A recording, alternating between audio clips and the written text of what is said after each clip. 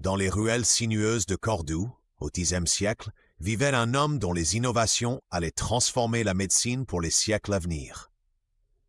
Al-Zahraoui, connu en Occident sous le nom d'Abul Qasis, était bien plus qu'un simple médecin.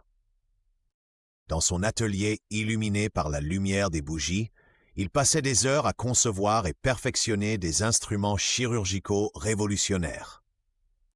Son plus grand héritage, le Kitab al-Tasrif, une encyclopédie médicale en 30 volumes qui allait devenir la référence en chirurgie pendant plus de 500 ans. Imaginez ses mains expertes maniant le premier forceps obstétrical de l'histoire, permettant des accouchements plus sûrs.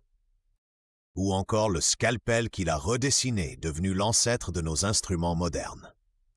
Al-Zahraoui a inventé le Cadgue résorbable, un fil de suture qui se dégrade naturellement dans le corps. Mais sa plus grande contribution fut être sa méthode d'enseignement. Il dessina méticuleusement chaque instrument, chaque procédure, créant le premier manuel illustré de chirurgie au monde.